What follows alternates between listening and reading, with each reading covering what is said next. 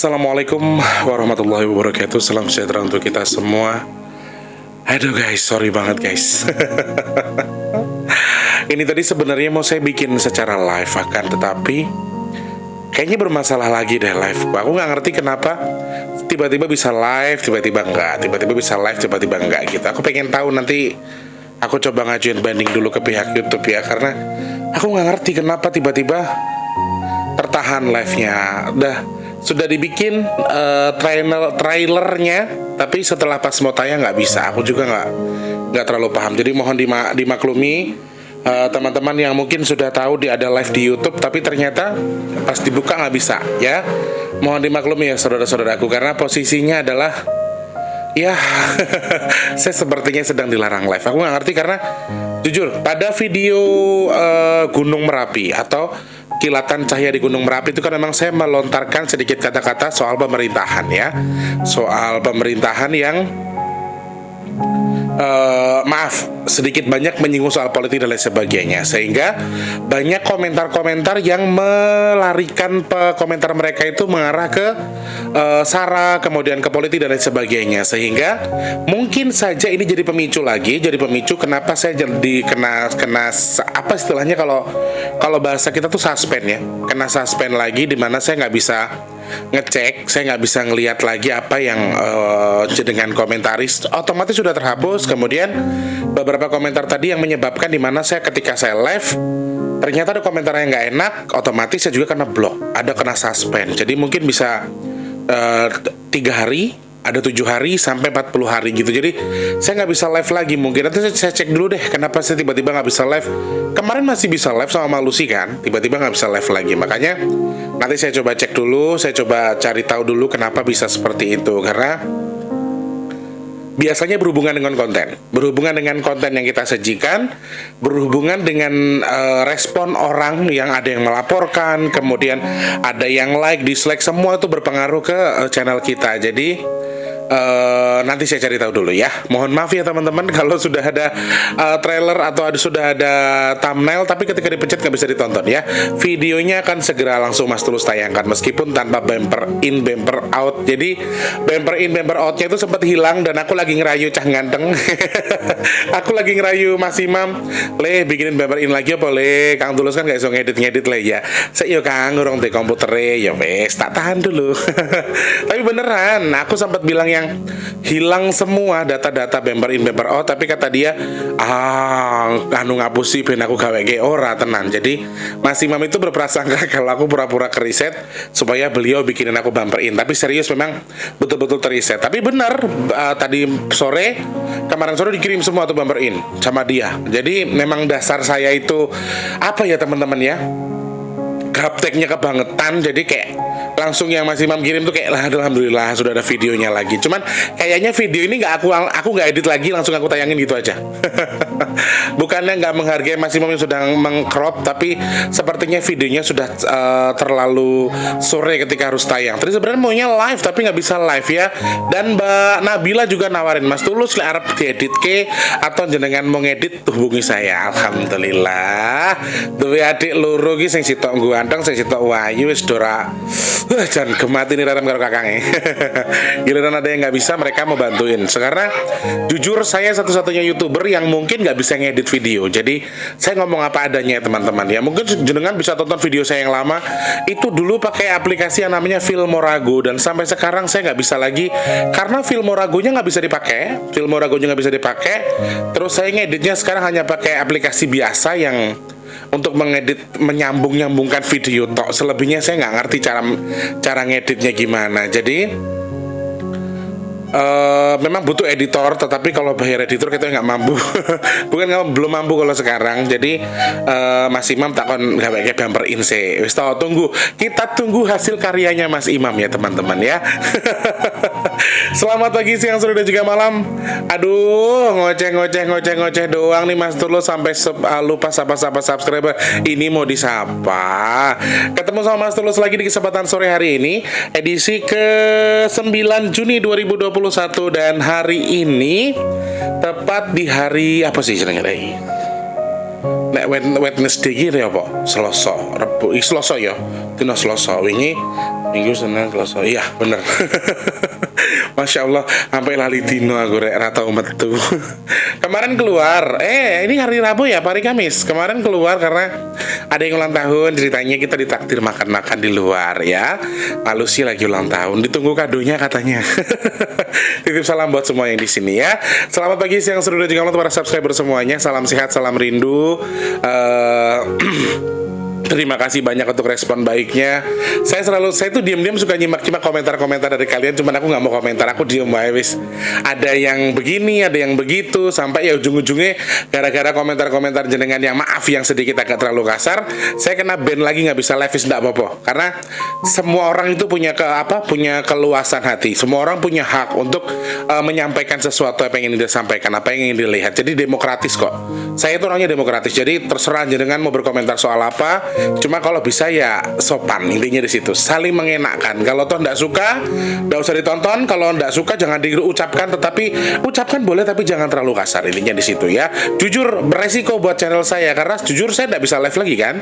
Tadinya seharusnya bisa live, saya nggak bisa live karena pasti ada sesuatu. Ketika saya nggak bisa live kayak gini pasti ada sesuatu. Jadi ada sesuatu yang mengganggu sehingga tiba-tiba saya nggak bisa live. Nggak apa-apa. Kita bakal bisa live lagi nanti. Amin. Doain ya. Selamat pagi, siang, sore, dan juga malam untuk yang ada di Indonesia semuanya tanpa terkecuali, yang di luar negeri, para TKI TKW, para subscriber Bitulus Official yang selalu menunggu video-video terbaru dari Mas Tulus. Selamat datang dan juga selamat menyimak. Untuk yang baru banget datang, baru banget pertama kali nonton video ini, saya minta tolong pencet tombol subscribe terlebih dahulu, kemudian dipencet tombol like-nya, itu support buat Mas Tulus juga. Kalau penting boleh di-share ya. Subscribe juga yang penting.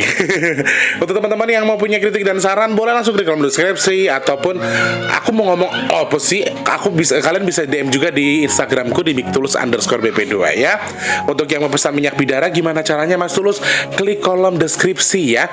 Klik kolom deskripsi, ada nomor WhatsApp 0857 5413 kali 83 kali, itu untuk khusus untuk pesanan minyak bidara. Tetapi mohon maaf tidak melayani telepon, hanya untuk WhatsApp saja ya, atau chat. Kemudian yang mau sedekah nasi bok bisa sangat-sangat Mas tunggu, karena di akhir bulan Juni, Jumat terakhir di bulan Juni, kita akan sedekah nasi bok sebanyak 300 nasi bok. Teman-teman yang mungkin mau nambahi, sangat-sangat Mas tunggu, silahkan Mas harapkan jenengan berbagi rezeki sama Mas sedikit-sedikit gak apa-apa, banyak pun alhamdulillah. Terus Mas juga kasih informasi bahwa Masjid An-Nur di tempat Mas Tulus tinggal hari ini sedang membutuhkan bantuan juga. Jenengan mungkin pengen ikut membantu, pengen berpartisipasi, memiliki rezeki yang lebih, ingin menggadaikan uangnya untuk akhirat, sangat-sangat Mas tunggu partisipasinya ya. Silakan klik kolom deskripsi, ada nomor rekening BRT Selamat Ruslianto, minimal 10.000, maksimalnya terserah jenengan. Oke, sudah terlalu panjang ngoceh-ngocehnya. Jam berapa benar ini? Cuy, Masya Allah cuy, nggak kelihatan cuy mata gue cuy. udah kebangetan kotok ya. Ada satu pertanyaan yang masuk ke saya nih. Aku tuh kadang-kadang ketawa ya Mas, jenengan itu apa? Membaca komentar-komentar kalian tuh kadang-kadang aku tertawa sendiri. Ono sing ngene, ono sing maaf ya, ana sing kemeruh. Kemeruh itu kalau dalam bahasa Indonesianya sok tahu, ada yang sok tahu, ada yang percaya, ada yang tidak, ada yang menghujat, ada yang mengklaim. Aku ki ndak peduli jenengan ngomong apa wae. Yang terpenting saya menyampaikan apa yang ingin saya sampaikan. Satu pertanyaan dari subscriber saya dari Instagram, gak usah disebutkan ya, karena cuma user doang, user 007 @love gitu doang, nama _love gitu doang nama Instagramnya. Beliau sudah menyimpan pertanyaan ini cukup lama dan aku skip cukup lama, nggak sempet aku bahas. Pertanyaannya adalah seputar soal kerajaan. Beliau sering banget nonton vlog dari beberapa dari beberapa YouTuber kita yang ada di Indonesia khususnya. Ada yang dari A, dari Bandung, dari mana, kemudian dari A, dari B, dari C, dan mengaku mereka tuh melihat kerajaan di setiap peliputan mereka. Kemudian di setiap das-das rowo juga katanya Mas Tulus ada kerajaan gaib. Sebenarnya kerajaan gaib itu ada atau tidak, dan seeksis apakah kerajaan gaib itu? Nah, kita bakal bahas ini hari ini. Kita bakal bahas itu sebenarnya ada atau tidak, dan secara physically apakah mereka bisa kita saksikan atau apa. Oke, kita bakal bahas itu ya hari ini ya. Jawaban Mas Tulus, ada atau tidak secara batin, secara gaib kita bisa menyaksikan di beberapa tempat memang ada kerajaan gaib, dan itu yes, nyata ada. Eksiskah mereka? Tidak semua eksis. Jadi di Pulau Jawa, khususnya di Nusantara ya, khususnya Nusantara, tapi wabil khusus lagi untuk yang di Pulau Jawa, itu hanya ada beberapa kerajaan yang jumlahnya di bawah 10 buah, kerajaan gaib yang memang betul-betul eksis, yang memang betul-betul sangat eksis sekali. Jadi tempat dari Tuan SNL Poncoy 021, aku nggak tahu siapa. Tempat itu memang betul-betul eksis. Ada yang memang gambaran atau ada yang memang adaptasi dari masa lalu yang dulu kerajaan nyata kemudian jadi kerajaan gaib, tetapi ada beberapa. Tapi mohon maaf ya saudaraku, aku nggak bisa sebutkan nama kerajaan-kerajaan gaibnya. Tetapi di sini kita hanya membahas ada atau tidak, kemudian ada berapa yang eksis. Kalau dikatakan kerajaan yang dimaksud tadi adalah eksis, menurut saya tidak, karena tidak semua eksis, karena ada 10, kurang lebih 10 lah ya. Luweh sih 10, di bawah 15 yang eksis ya. Untuk yang di Pulau Jawa toh, wabil khusus yang di Pulau Jawa itu ada sekitar di bawah 15 kerajaan gaib yang memang betul-betul eksis, betul-betul positif. Ini yang saya bahas adalah kerajaan positif ya saudaraku, ya orang baik. Jadi yang saya bahas adalah kerajaan yang positif, bukan kerajaan yang jelek-jelek. Jadi secara global kita bisa nilai di Indonesia ini, ketika kita bilang kerajaan gaib jumlahnya bisa jutaan, bisa miliaran bahkan. Karena apa? Jujur, seperti yang sudah Mas Tulus bilang, kita dan makhluk gaib itu berbeda. Kita ini positif, mereka itu negatif energinya ya.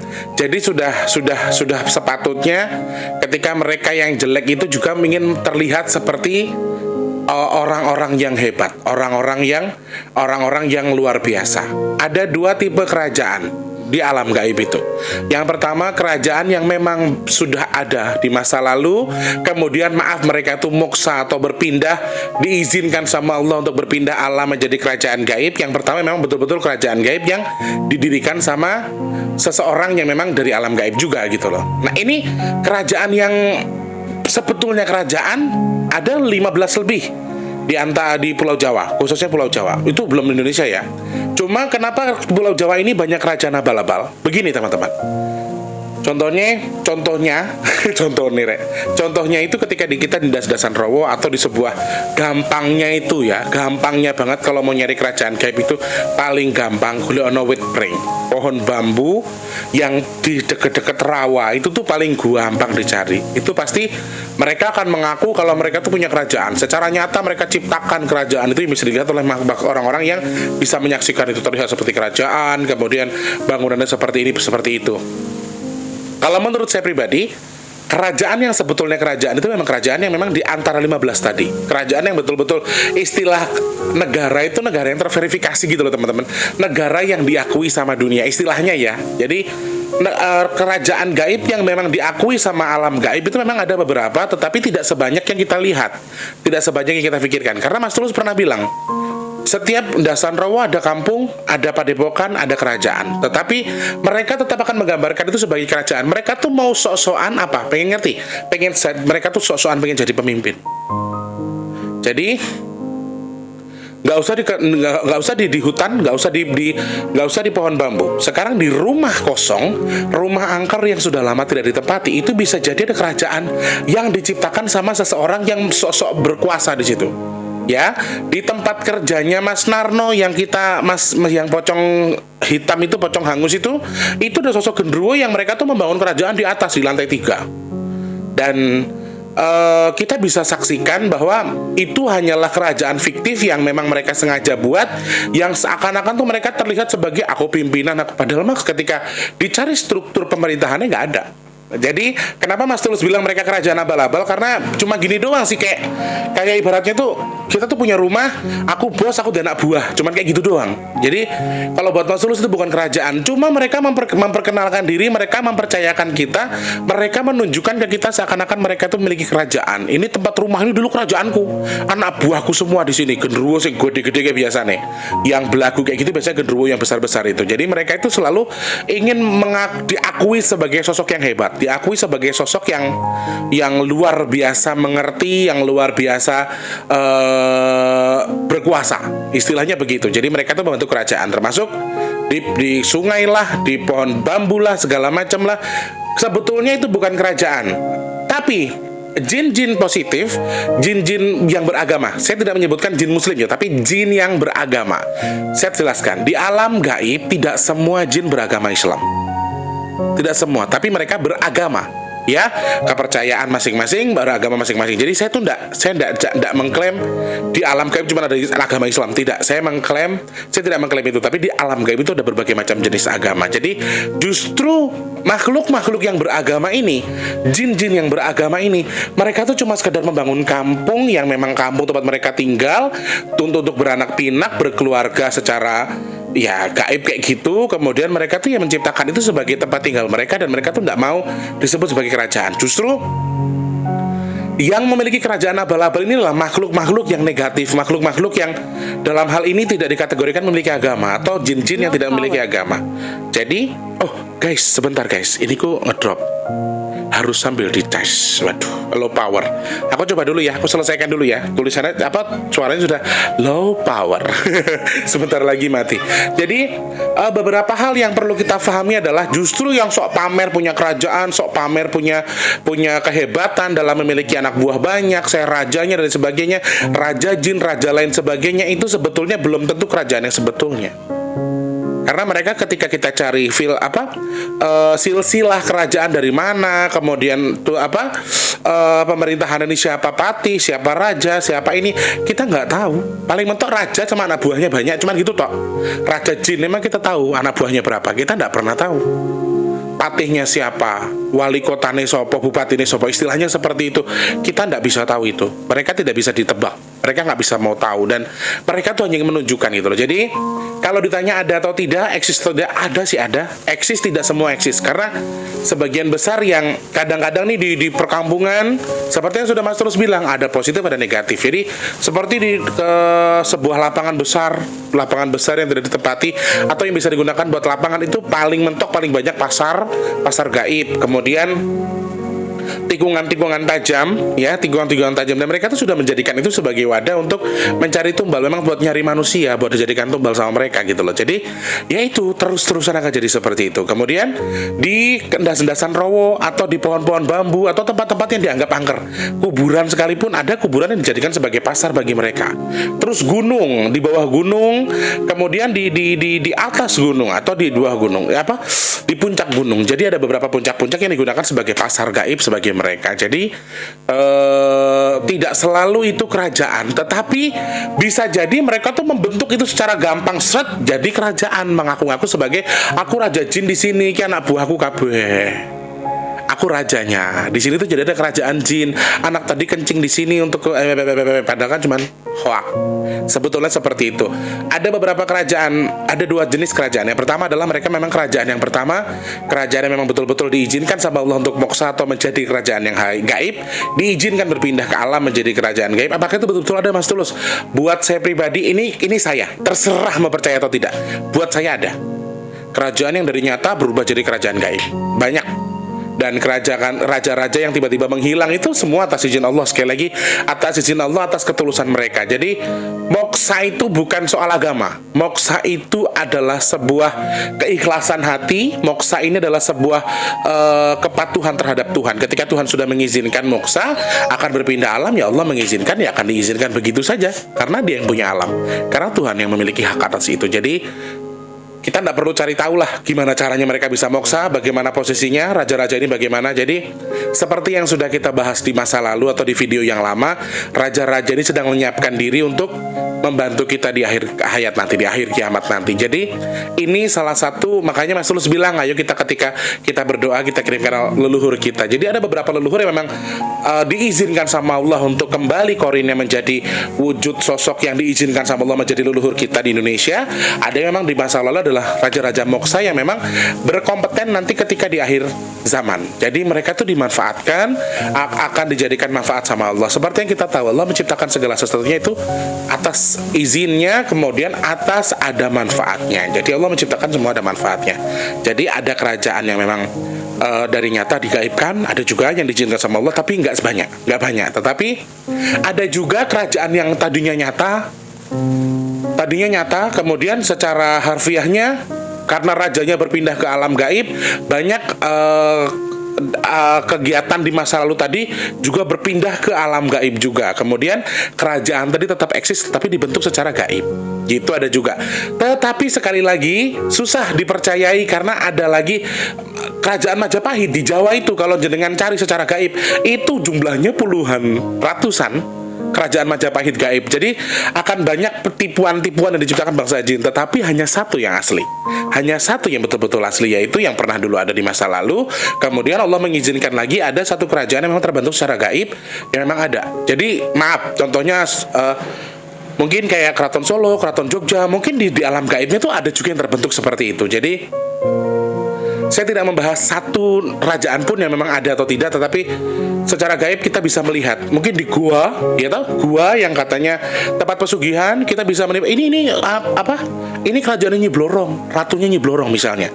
Ini di Laut Selatan kerajaannya punya Nyi Roro Kidul, kerajaannya ini misalnya seperti itu. Jadi sekarang nggak usah kita ngomongin Majapahit.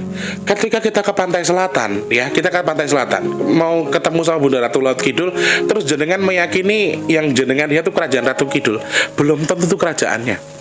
Banyak yang mengkamuflase ini jadi kerajaan-kerajaan. Nah, jadi kalau secara batin saya bilang ada, ya memang ada, tetapi untuk di secara global kita anggap mereka tuh semua eksis, tidak. Jadi memang, tetapi berkompeten juga. Beberapa kerajaan ini berkompeten juga. Beberapa kerajaan berkompeten juga yang memang berpengaruh juga atas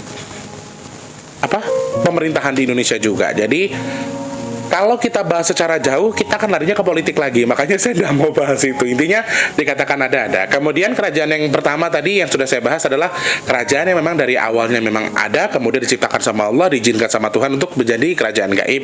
Yang kedua adalah memang kerajaan yang memang sudah dibangun dari dulunya.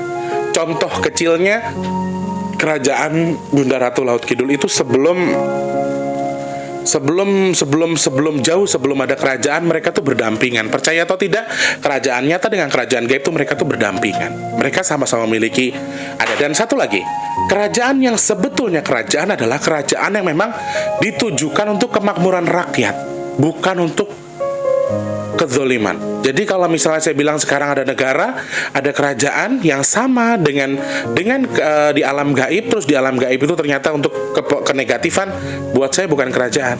Jadi pokoknya kalau kerajaan, meskipun dalam hal ini kerajaan gaib sekalipun, sebetulnya kerajaan gaib yang sebetulnya bagus adalah memang kerajaan yang memang dibangun dengan rasa tulus, dengan rasa sukacita, dengan rasa bahagia, bukan untuk sombong dia seakan-akan berkuasa, bukan pemimpin yang serakah, memang betul-betul ingin membangun itu untuk apa? Kemaslahatan umat, masyarakat khususnya. Jadi kalau Indonesia ini apakah sama dengan kerajaan gaib? Sudahnya jauh sekali. Jadi kalau jenengan ketemu dengan kerajaan gaib, mungkin mas-mas atau mbak-mbak yang punya kemampuan indigo dan lain sebagainya, ketemu dengan kerajaan gaib yang mengaku seperti ini, ada emas lah, ada inilah, ada itulah, semua itu bisa dikamuflase dengan gampang bagi bangsa jin. Jadi jangan mudah percaya, cari seluk-beluknya, cari kebenarannya. Dan ini yang memang yang sebetulnya kerajaan gaib yang memang saya bilang eksis tadi, itu adalah negara yang positif.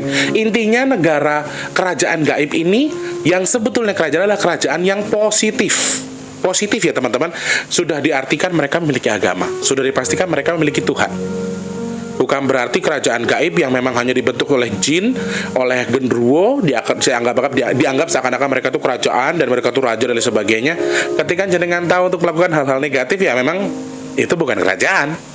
Itu padepokan yang sengaja mereka bentuk, perkumpulan lah istilahnya begitu. Jadi kalau ada kerajaan gaib, misalnya kalian mengatakan kerajaan Nyi Blorong, jenengan pakai untuk cari pesugihan. Ini maaf ya, saya tidak mengklaim Nyi Blorong ngasih pesugihan, saya nggak mengklaim Nyi Ratu Kidul nyari pesugihan, tidak. Tapi misalnya ada, jenengan datang ke sebuah kampung, ada gua, di situ ada kerajaan gaib punya nyai bla bla bla bla bla, buat nyari pesugihan. Apakah itu kerajaan yang bagus? Jadi jujur, kerajaan gaib di alam yang ada di Indonesia ini, khususnya di Nusantara, itu mengsinkronisasi juga beberapa kerajaan yang ada di Indonesia.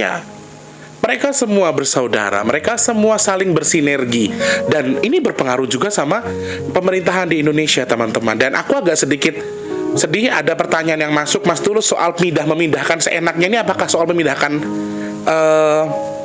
negara baru kita atau ibu kota negara? Ya, aku pengen bahas itu. Sebetulnya bagus atau tidak pembahasan itu. Jenengan setuju, silakan kita akan bahas. Jenengan setuju dengan itu, saya akan bahas itu.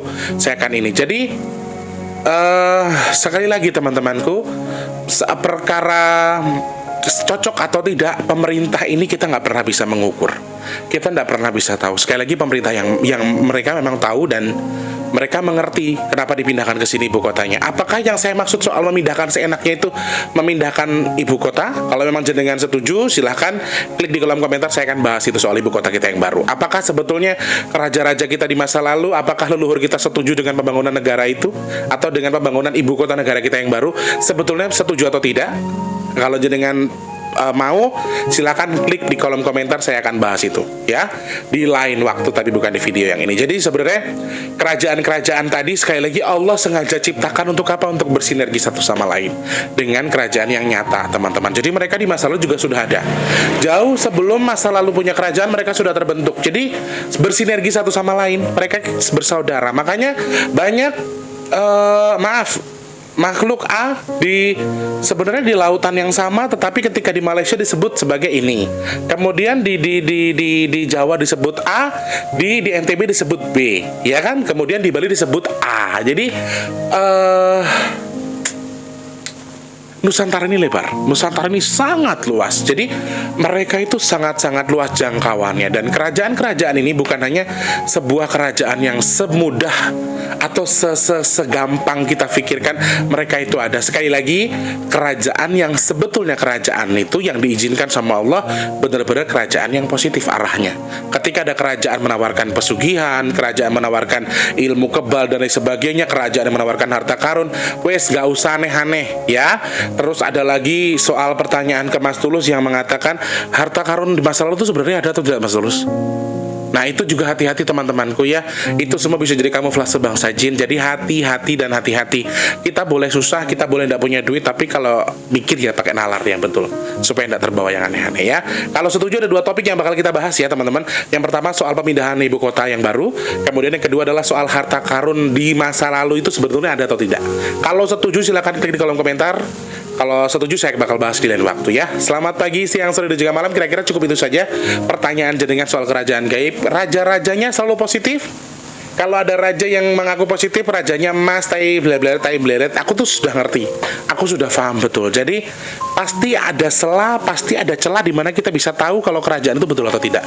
Contohnya ketika saya pergi ke Indramayu, ke perkebunannya Mama Ita. Jadi waktu itu mamaku punya kebun, mama angkatku tuh punya kebun mangga, dan kita tuh sebelum ke kebunnya itu kita melewat sebuah alas kayak gitu atau hutan kecil, dan yes, itu saya lihat memang ada kerajaan. Tetapi apakah itu positif negatif? Tidak semua positif, tidak semua negatif. Jadi sebetulnya kerajaan yang berkongsi atau berkompeten untuk kemajuan Indonesia, kerajaan yang positif tadi. Jadi ketika kita garis besarkan ada berapa puluh ribu, alah miliaran kerajaan gaib. Tetapi yang memang betul-betul berkompeten, yang memang betul-betul kerajaan yang sebetulnya kerajaan gaib yang terbangun dari masa lalu dan dulu-dulunya memang sudah ada, ya itu tadi. Hanya beberapa yang memang berkompeten untuk bidang itu, dan pemimpinnya itu saling kenal satu sama lain, teman-teman. Saling kenal satu sama lain. Contohnya Desa Lawas. Yang di Desa Lawas itu cuman kampung biasa, kampung gaib biasa, tetapi ternyata yang datang tuh orang-orang besar dari pantai mana, dari Kalimantan, dari mana, semua datang. Jadi sebenarnya langkah mereka itu juga dekat sekali, dan mereka tetap bersinergi untuk membantu kita, dan Allah mengizinkan itu untuk melindungi Indonesia. Itu luar biasa loh teman-teman. Mungkin sebenarnya seluruh dunia juga dilindungi, hanya ada beberapa tempat yang memang sengaja Allah lepaskan tidak dilindungi karena mereka tidak mengenal Allah. Mungkin kita nggak pernah tahu juga ya. Jadi kita sangat beruntung ada kerajaan-kerajaan gaib ini yang justru bersinergi membantu kita, saudaraku. Jadi bukan berarti kita ya terserahlah, kembali ke kita masing-masing. Mereka kan setan, Mas Tulus, mereka kan iblis, mereka kan juga belum tentu bisa dipercaya.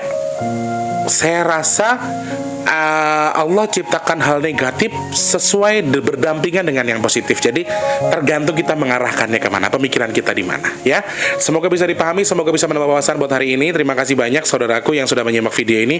Untuk yang terus ingin berpartisipasi dalam bagi nasi box, kemudian pengen pesan banyak video dan lain sebagainya, punya kritik dan saran, bisa langsung klik di kolom komentar ataupun DM di bigtulus_bp2, atau kalian bisa langsung pencet tombol subscribe-nya dong. Please support Mas Tulus ya, biar setiap bulan bisa gaji gajian biar setiap bulan Mas Tulus bisa bagi-bagi nasi box, bisa nambahin buat bagi nasi box ya. Terima kasih, selamat pagi, siang, sore dan juga malam. Mohon maaf kalau ada tutur kata yang kurang berkenan. Hari ini insya Allah Mas Tulus sempatkan untuk selesaikan membaca Instagram ya. Terima kasih banyak, selamat pagi, siang, sore dan juga malam. Sampai jumpa. Assalamualaikum warahmatullahi wabarakatuh. Dah.